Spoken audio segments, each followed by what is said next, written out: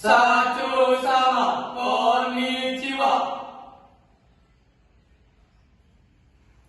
私は吉戸建設工業株式会社のフィッツジェラルド・クロサルジと申します。いくらと呼ばれています。こちらは私は誠仮設工業株式会社のクトゥ・ジュリアナダ・サプトラと申します。ジュリアナダと呼ばれています。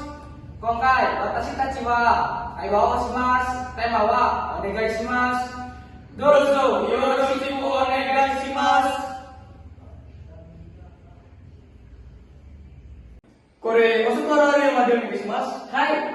船便ですか？国便ですか？国便はいくらですか？